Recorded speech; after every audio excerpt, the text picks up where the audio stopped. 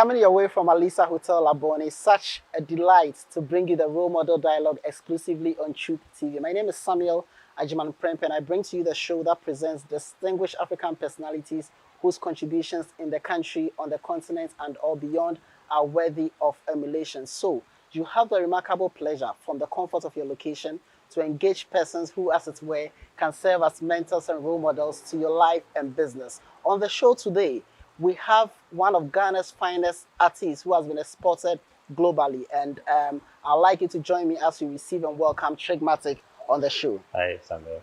Trig, it's good to have you. Good to be here. For me, I'm so excited to have this conversation with you. I think you're one of Ghana's finest exports that we've ever had. Thank you.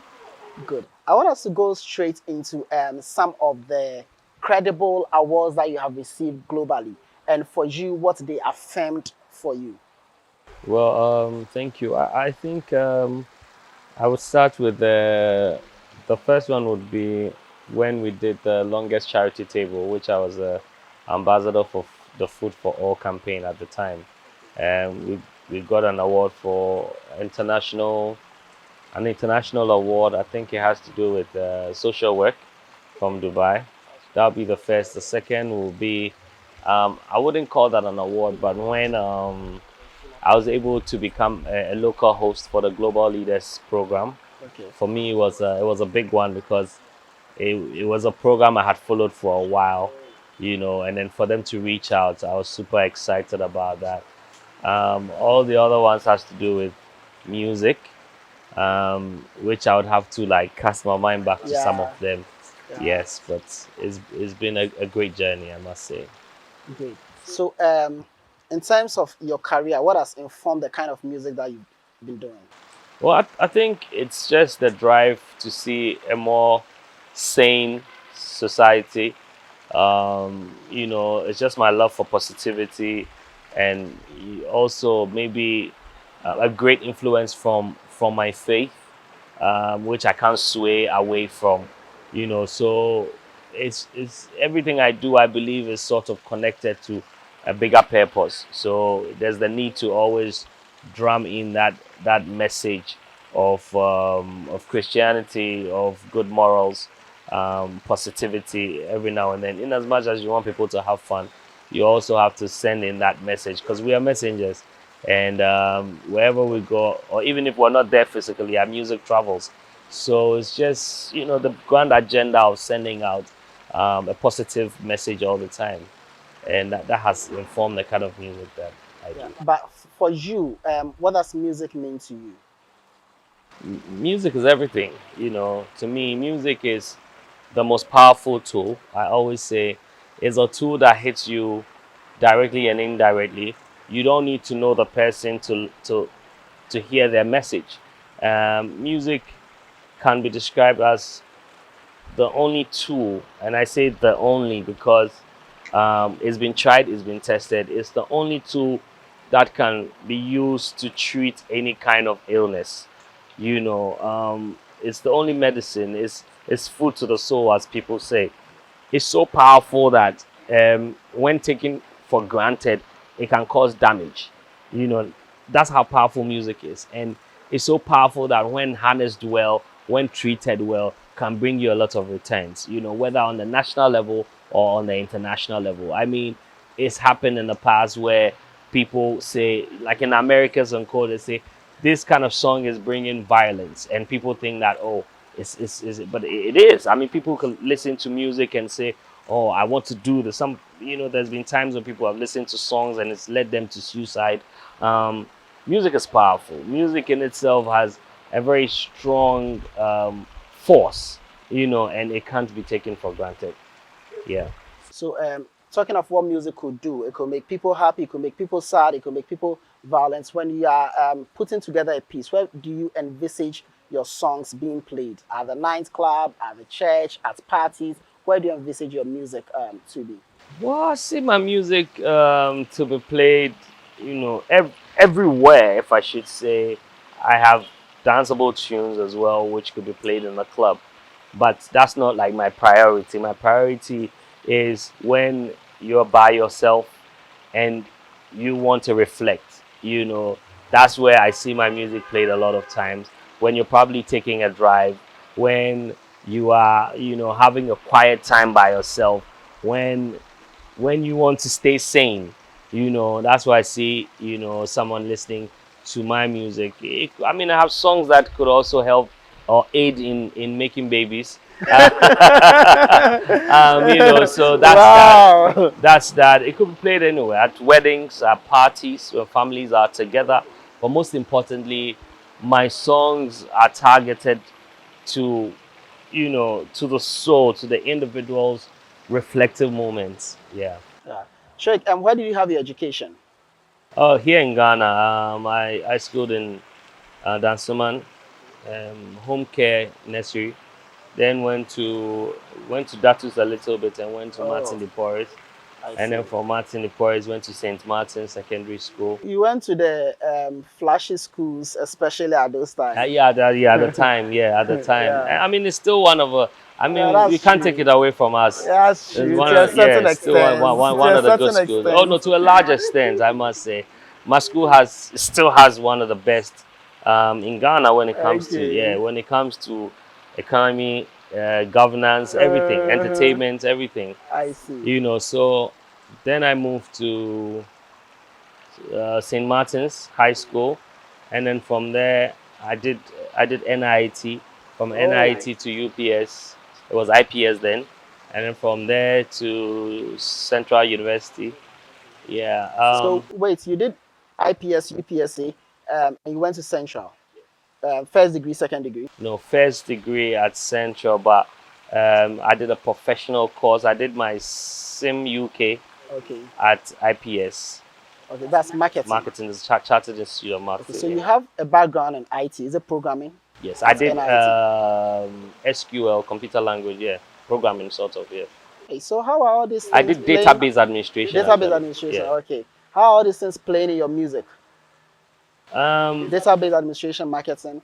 Marketing has played a major role, not in just my musical career, but also myself as a brand, because we've gotten to the era where your music does not sell you necessarily. It's your brand that sells. Yeah. So marketing played a major role or still plays a major role. I have an understanding of my target audience. I have an understanding of, well, so everything I do is intentional, is calculated. I understand brand positioning. I understand targeting, so it really, really helps me. It's really helped me, I must say. Yeah. So, at what point did you decide to do music? Is it when you were in junior high, senior high? At what point did you start singing on I've stages? always been a singer.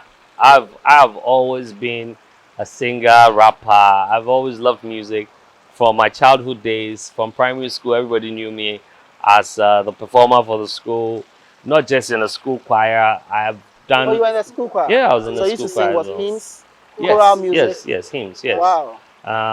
I've been in the school choir. I've been in other choirs as well. Okay. Um, Why is that you guys ran away from church school choir and you come to hip life, I rap? was in a school choir, so Okay. yeah, I wasn't in the church choir. I was in a school choir, but I don't think that people run necessarily. I think that the church hasn't seen the need to nurture talents within the church or to keep them within the church, which has changed. I think the trend has Yeah. changed. Now it's not like Yeah. that. Now a lot of churches invest in their musicians. A lot of churches are growing their choirs. I think Dr. Otabel has Yeah. Accra Symphony, Solid. amazing, Solid. amazing. Illumina. I've heard them so many Yeah. times. Other churches have church bands that have grown to become great. The likes of Joe Metal still came from the church, still remain in the church. So yeah, I mean, I think when it comes to parts, people will definitely take their parts in life. So the church will only but play its role. It depends on the individual. Yeah. So, back in school, back in senior high, what were you doing musically? I was like I said, music has always been a part of me. I've been performing from school. I used to win all our interdoms for my Oh, dormitory. so what were they giving you? Uh, Sardine? no, my school, when you win the interdoms, you don't wait for a period of time. I think for a whole Oh, term, you're I exempted see. from certain jobs and all of that. I So think they're having the rap battles. yes, the rap battles, I always win them, And we also used to have this competition where you compose a song for the year, in school. So it becomes like the anthem everybody will sing. And I'd always win those things. So yeah, high school, from junior high to senior high, I did all the fun worlds, the kid affairs, Oh, playback so shows. you did a system inside chair. Oh yeah, I've been here for a long time. Wow, you're on Fun World. Yes. Yes, I performed a couple of times on Fun World. Oh my goodness, Yeah. that's Yeah. interesting. That's interesting. And Kid Affairs. And Kid Affairs, Yes. Kid Affairs. Oh my goodness. Yes. I see. But what was your motivation and drive then? Were you getting some tips, some money? What was making you go from one state to the other, keeping it? At the time, it was the love. It was the love for music. It was the love. It was the drive to be heard. You just want to be heard. You feel, and we had seen our predecessors. We had seen, the greatness and that followed them after the music, and we wanted to. But at the time, we it was necessary that you go through a certain kind of training. If you've ever tried to go through the fun world stage, you realize that you will be rejected a lot of times before you be accepted. You are taught stage craft. You are taught you are taught a lot of things before you come on the main stage. So by the time you perform your first performance, and yes, there were some payments. I think it was 8 CDs. That's like 80 pesos now or so at the time, and it was nice. It was really cool. Sometimes it's a group and we have to split the money. It wasn't even about the money, it was about being heard. It was a bonus for us, it's just being heard, being able to, like, and sometimes we move from Accra to Tema people come here, we move from hood to hood, and it was all very positive. And I love Fun World because they used to give us topics for the week. So if it's teenage pregnancy, it was a big deal. Yeah, So from sometimes you're talking about teenage pregnancy, you're talking about so many vices. So it was also helping us grow positively. Is it true that when you're coming up as an artist, or even when you get to stardom, how do you battle with the pressures of women and money? Women and money. Well, I think it comes with success in general. It's not just limited to music. Every successful woman or man, gets their own challenges with regards to the opposite sex and money. Um, yeah, sometimes you get carried away because you are overwhelmed by the fame, so you are unable to manage, the kind of things and the pressures that come to you. But it's necessary for you to have like a mentor. Even if you don't have a mentor directly, it's necessary for you to, have a mentor you look up to, in order to guide your own steps in life. And for me, it's always been the church. It's always been Christ as a role model, and some very important people in my life, my pastor, and a few elders that I went through them, even in the industry, in the music fraternity. Yeah. Let's talk about your journey consistency. What was it like coming out with your first album? And how long were you at that? How did it feel like to have your song recorded? Yeah. How do you feel like for people to call you and say we heard your song here? When you listen, Fruity Loops, or how do they call it? Yeah, Fruity Loops. Yeah. Back then, you were doing Fruity Loops. Yeah, Fruity Loops. You had a mini studio. It's still there. Yeah, it's still there. Yeah, still there. Yeah. So for me, I would say I've gone through all the ranks. Like I was telling you, the Farm World, the Kid Affairs. I went from stage to stage, and that really helped me. The first time I saw a proper recording studio was when U-Beats, who is like one of the greatest sound engineers in Africa or the world, took me to Hash Hash, where the last two was. And then that was the first time I was seeing like, major artists. Also before then, I did everything related to music and entertainment. I was writing, I was producing, not producing musically, I was producing radio shows and stuff. I was battling everywhere. I would go everywhere that would give me, the spotlight. Put me out there. So I then met Tiny, and Tiny became like my godfather, like a mentor to me, through one of the interviews I had with him when I was working with Sparks magazine. He's there. He's there and he's doing great. And I would say that everything I am, or most of when it comes to the stage, is Tiny, man. Like, he would teach you a lot of things when you walk with him, when you roll with him. And when I found myself around him, I was being connected to a lot of people. I and like Tiny's ringtone track. and yeah, Very so if you listen to ringtone, you will hear my backups in it. Oh, Yeah, so really? I was backing, I was doing backing Okay. vocals for some I of his songs. see. Yes, you hear my vocals in there, Okay. and some of the other songs. Wow. So that's how I got exposed to other people in the industry, and then I started recording my first album with Bones, and Bones used to record for Tiny as Tiny's producer, and I would go there, record with Bones, record with Bones. I was still, at the time, the biggest show for us was Bless the Mic. I would go on Bless the Mic myself. It was on Stone, radio. no, Bless the Mic was happening somewhere in Osu Okay. every Thursday evening. It gave a chance for underground artists. So it would be myself, Kochoko, Efia at the time, Jane, Stoneboy, Oh. Sarkodie, almost everybody that's out there now, you know. And we went through G strings. It's called guitar strings. We call it G strings. From there, it moved up and up and up to small shows. Um, what's the name of the show? And then I won a competition on one of the Bless the Mics. We started something called it was a hip hop battle thing, and then I won. And as part of the winning, you have to go for interviews and stuff. And at the same time, I was a regular caller on Vibe FM's show every Saturday morning. Then I went on the interview. Then I became a co-host for the show, and then from there I started pushing myself. I met Barbie Mante as well, who was on Vibe, and then she would play my music. I would go on Radio Universe to freestyle every Friday. So I became like a household name as an underground artist. I grew up a Those little times bit. were you in school then? Yes, You were I in was. school then? I wasn't. I wasn't in school for like a year or two, and that's where I was actively like pushing my music, pursuing my music.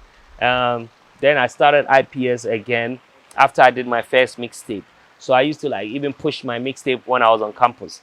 And I push it to people, like come around and say, "Oh, check out my song," and they pay for it, and I put it out there till, like I said, I met Tiny, and then I recorded my first album, and it was and the rest became history. Yeah.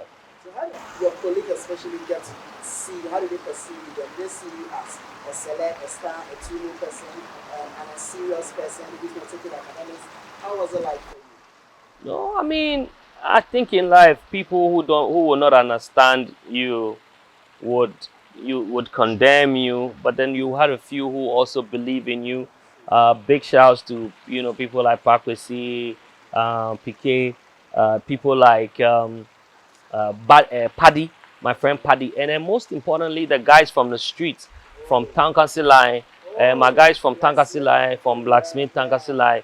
I can't mention all their names, but Abnormal, Rasponi, the rest, and the guys from Flamingo, Joshua Fowler, all these And guys. you grew up in the That's area. where I lived. That's where I was born. Okay, okay. I lived there for 20 something years. Wow. And these guys believed in me, I would say, even more than the people I was in school with. They actually pushed their vision, they pushed their dream all the time. And a few people that I met, Mr. Arrington and co, Clement Deku, he gave me my first loan to record my mixtape. I see. Yeah, I remember he gave me 900 CDs, like 9 million then. 9 million. Yeah, Big it was, money. yeah, it was a lot. So, and he was a young chap. He was a young guy. He was my junior, and I can't forget Franklin Lumo, who now runs Best Auto Solutions.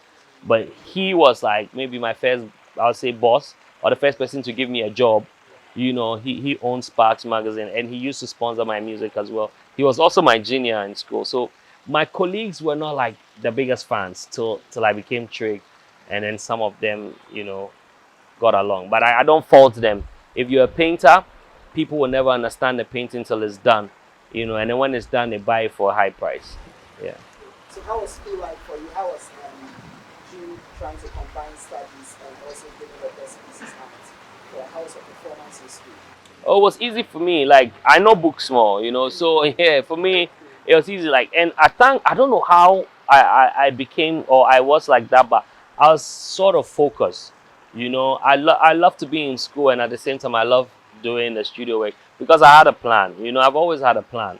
So I had this exit plan thing in mind. At the time, I didn't even know what it was called, but in my mind, I was like, Charlie, let me go to school in case the music doesn't pull through, Charlie, my school will be that I can pick my certificate and do what I want to do. I always had that in mind, and I thank God for that thought. Yeah.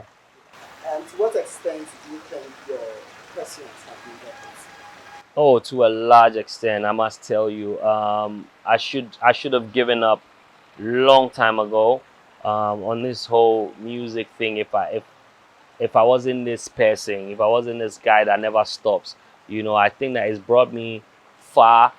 Even when I decided to take a turn from the usual trick, who would just probably do like a rap song people didn't understand me, and like I still say, people will not understand me till the end of the story, but I have a plan, and the people who know me will know that I have a plan. I mean, why would I want to leave something I'm so good at, to try to do something that I know it would take people time to understand, but I know where I'm taking myself, so um, for me, it's taken me really, really far. Um, and it's introduced me to the people I've wanted to meet them, and I'm getting there. Yeah. What has been, or let me say, who has been your inspiration? Which people have been your inspiration? There are people you look up to, or people who mentor you. I'll start with people who mentored me. I'll start with my pastor, Prophet Alice Armstrong. Yeah, I've known him for 15 years. He's been more than a mentor. They say there's a difference between a coach and a mentor. He hasn't been a coach; he has been a mentor. Comes to my place when I was in that room in Flamingo on a bed, on a mattress, or just my computer on one corner. He will still come. Sometimes there wasn't anything for me. You had to wait for him to come and buy us food, and yes, yes. Not at all, not at all, not at all, not at all. And he would like he never even said take off your earrings, take off nothing like that, but he became like a father, he became like a friend. He would sleep over, and like my place, Charlie, he wouldn't want to sleep over, but he would just be there, and he would encourage me on Sundays, push me, take me to church and all of that. Never condemn me. Then people like Tiny also, and he's still in my life. I must say I'm still a part of his ministry. I go everywhere with him, if I have to, when I have the time. Then people like Tiny also came through.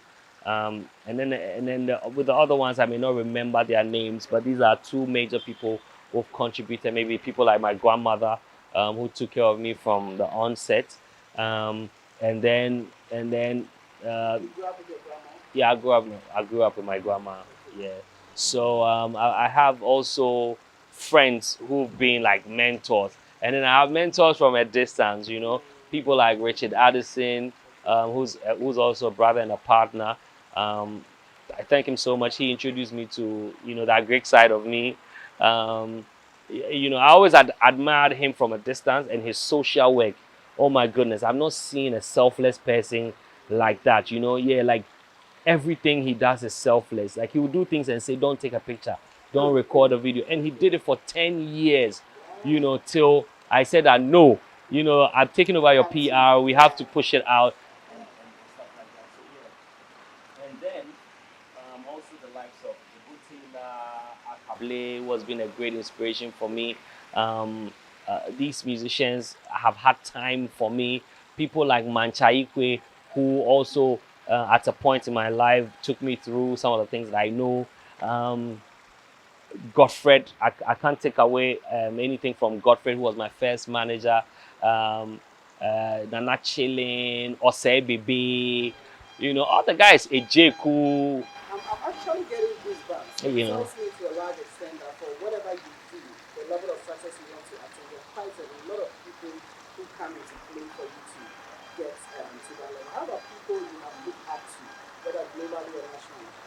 Yeah, so Fela definitely. Yeah, Fela, Anikulapo Kuti, amazing man. I always say it's as if he was so calculated that he knew that there would be this era. You know, I don't know how he managed to get all his footages. I don't know how he took archiving serious. I don't know how, that sound that he created, he was able to inject it in his kits, to be able to inject it in Nigerians, to be able to create the new Afrobeat wave, because he is the originator. And the sad thing is that Ebotela is actually the grandfather of Afrobeat because you know he sort of played a vital role in the creation of this sound. You understand? And the name Afrobeat in itself was created here in Accra. So but I mean, unfortunately, we don't take stuff serious, so we always leave things to die. Um, Moving on, I think I look up to I love Bob Marley, by the way. I love Bob Marley. Even though he's dead and gone, his music still. Yeah, yeah. I love Bob Marley. I mentioned Ebo Taylor already. I mentioned Fela Kuti, Yusundo, Salif Keita, Mani Dibango, Richard Bona, and the likes. Trig, what is your actual name? My name is Nanaya Odro Ej Frishi. Nanaya Odro Ej. AJ. So where from Trig? Did you like trigonometry? Were you a shark in that course? Or Well, no. Initially, my friends used to call me Trigger, and then other triggers came, so there was a need to change it. And other what people were called Trig? Trigger? Okay. Yeah. So I went for an interview. They asked me what my name was. I think it was at Radio Universe, and I think I just mentioned Trigmatic. I don't know where it came from, but then that became the name. Yeah. No, I've never gone for any competition how do you call it? How do you, no, nothing like that. You actually. So actually, the story behind that is I went to visit a friend who was in uni then. I wasn't. I couldn't go to uni right after SHS. So I went to visit him and he said, Charlie, I had to go do some freestyle for some place, Radio Universe. I said, okay, I'll go with you. It was on campus then. And I went with him. He was doing this thing. I was seated in the corner. And then he mentioned that, oh, I was a rapper too. And then the presenter was like, oh, then, can you do something for us? I ended up rapping like maybe 40 minutes. Yeah, on different beats. And like people were, that was my first time on air. It was crazy because like people left their rooms because university they listen on campus. So people left. Even that's when I met Bobby. Bobby came to the studio and said, "Who's this guy? I want to have him on my show as well." And then that was so. That's when I said my name was Trigmatic. Yeah. It opened a lot of doors. The thing with me is that even if the door opens small, I will push it open. So when I met Bobby, it was supposed to just be maybe another interview. And at the time, Jay Foley was a producer. He was a beat maker. So I went to Foley's place. I said, look, I've just met Bobby, and I think we will be able to get our songs to play on air for the first time. Look, I used to go to Kumasi and record at Tech. In Foley's kitchen, their hostel. He was in KNUST by It was then. KNUST by then. Okay. I'll be there for weeks to just record and come back to Accra. In the night, we can record like 4 songs. In some of the songs, you hear crickets in the back and all of that. And then so when I met Barbie, I pushed the songs to her. And I thank God for people like her. She also played the songs for us. And it was opening doors. Like people were beginning to hear of me, but didn't know me by face, but they knew Okay. the name. Yeah. Yeah, so when my first video came, like everybody was like, "Oh yeah, we know the guy," But we've heard his name. I was all over, and like I just want to say that people should never stop, because me, I was calling. I would call every rap radio show. I will call in, and they used to do this freestyle thing in the morning on Vibe. I'll call, like I'll be like the first 2 callers, and I'll freestyle, put my name out. So my name became a household name. So it really opened a lot of doors for me. Yeah. How was your childhood like? Growing up, who you stayed with? How was it like for you? Well, I grew up in Flamingo, and when I was talking, you mentioned blacksmith, so I'm sure Yeah, you have an idea I of pretty the kind much of know the area. yeah area. It's very hard. It's a tough neighborhood. It wasn't easy. Like you don't have friends who will be like they were soft and everything. So I'll say even me, I was a bit like laid back and cool, but But you look the beige. yeah. I thank God. I mean, I thank God because no, no. I mean, Charlie, some of us we took care of ourselves, Okay. and my friends were wild. So growing up was a bit wild. Charlie, they would take your ball and then bust it. Yeah, it's a hard area. People will want to fight when you're fighting. They don't separate you. They wait for you to finish. Then we take the winner. Yeah, we take a winner. So I grew up like that. But thankfully, my grandparents were comfortable. So like even though I'll play on the streets when I'm done, I go back home and everything. It was okay. But then when I took my own life into my hands, that's when I left home, wanted to stay with friends and all that. And yeah, of course, that one you face life as life comes to you. You face it. It was tough. It was hard. I didn't get parents that I'll say, oh, my mom and dad lived together. It was nice, and they were no, none of that. I mean, they were alive, but everybody had their life to live. I don't fault them as well because they had a role to play. They gave birth to me. I'm sure if my mom didn't give birth to me, I wouldn't be Trig. And if my dad didn't plant a seed, I wouldn't be here today. So I give them all the respect and love. My mom is not alive, unfortunately. I lost my mom, but my dad is still alive, still a G, man. Yeah. So yeah. Does he dance to the tune of? Oh, of course. I mean, my dad is pretty young. It's not like he's old, yeah.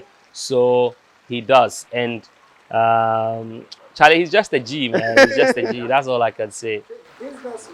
Aside music as a Yeah. business, Yeah. you mentioned agri. What do you do in terms of agribusiness? Is there any other business? Yeah, I run a social.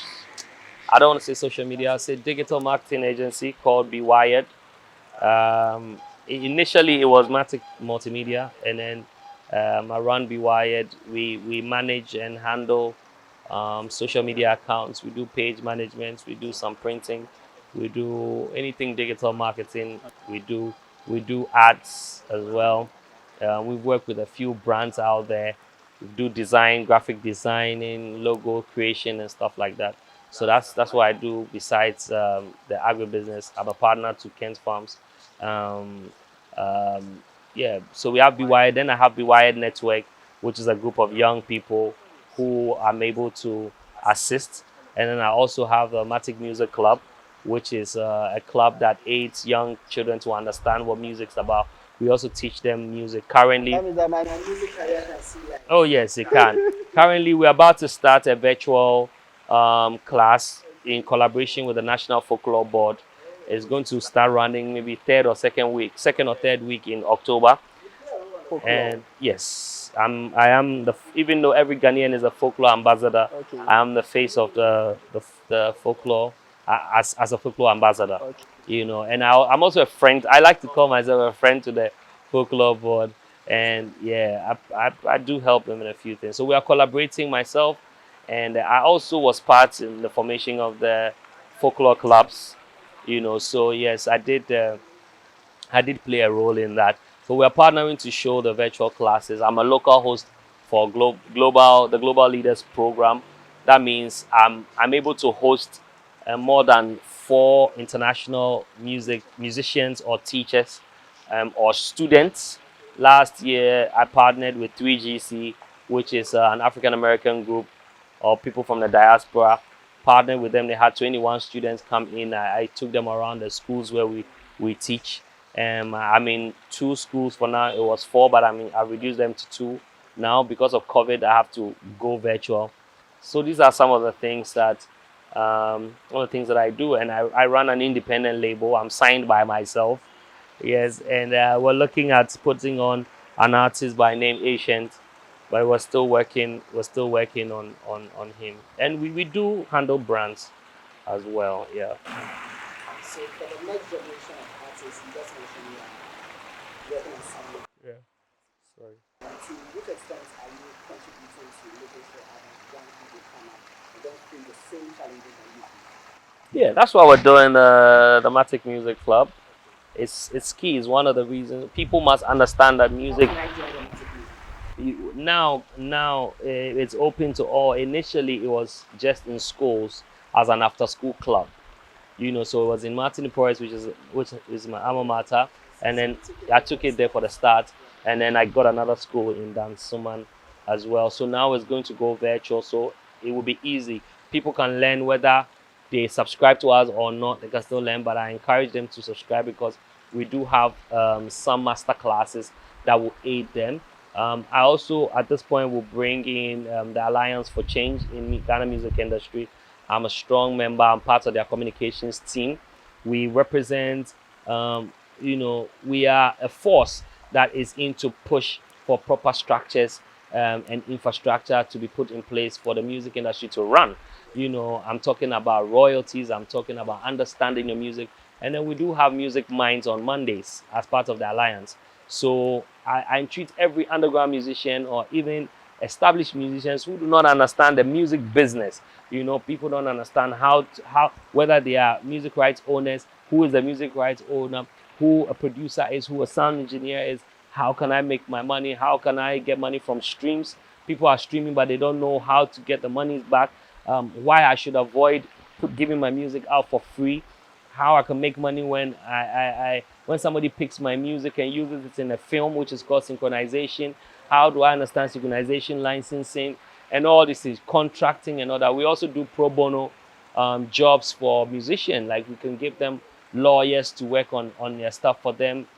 So Do you I am guys need all contributing. those people need legal advice? Yes, yes, yes. So we provide all of that, and this is my way of contributing. I always say that we're also currently pushing for a radio monitor system to be used in Ghana, where songs can be queued in, when songs can be logged in, the login system, where we can properly introduce the pay-per-play system, so that musicians know that my songs was played 60 times, and that's why I'm earning this. So we're fighting for all these things. Investigator Uh, statistics to yes, guide to you. guide us in collecting of our money. So yeah, I've been a member of the of Music's election committee, which unfortunately I fell off. I fell out. I've been a member of Music. I've been playing some roles, dropping in suggestions here and there. Like I said, I'm a friend to the folklore board, and we have folkloric music. So some of us are also highlighting that for people to also get back to their roots, pick our songs, and project it again. So it's my way of contributing directly and indirectly to the next generation. Some people say you've been out of the music scene for a while. Do you agree with them? Well, I mean, Ghanaians say everybody is out of something, so this won't be new to me. We've been programmed such that we only think relevance is based on a particular thing that you do. You know, I'm sure if I was irrelevant, you wouldn't need me as a content for your show. So that is that, and you can't change that. So I disagree, but I can't force people to think what I want them to think. I'll just say, I mean, I just released an album. I released an album in 2019, which is really close, and it was nominated as well. All my albums are nominated, by the way. Unfortunately, I haven't won any. Last year, I won Songwriter of the Year for Greater Accra Music Awards. Last year, I was nominated for Record of the Year and Songwriter of the Year. This year you're nominated for This year I was nominated. Last 2 years, last 3 years, last 4 years, last 5 years, last 6 years. Every year I have been, since I came out, I've been nominated. So I don't see where the argument is. But it's just people want you to be in their face. My last show that I played was just last Monday in Kuma's Day. So maybe I'm not in the same space as I used to. I don't do the same kind of records that I used to. So obviously, This has been the Role Model Dialogue. My guest has been Trigmatic. See you same time next week.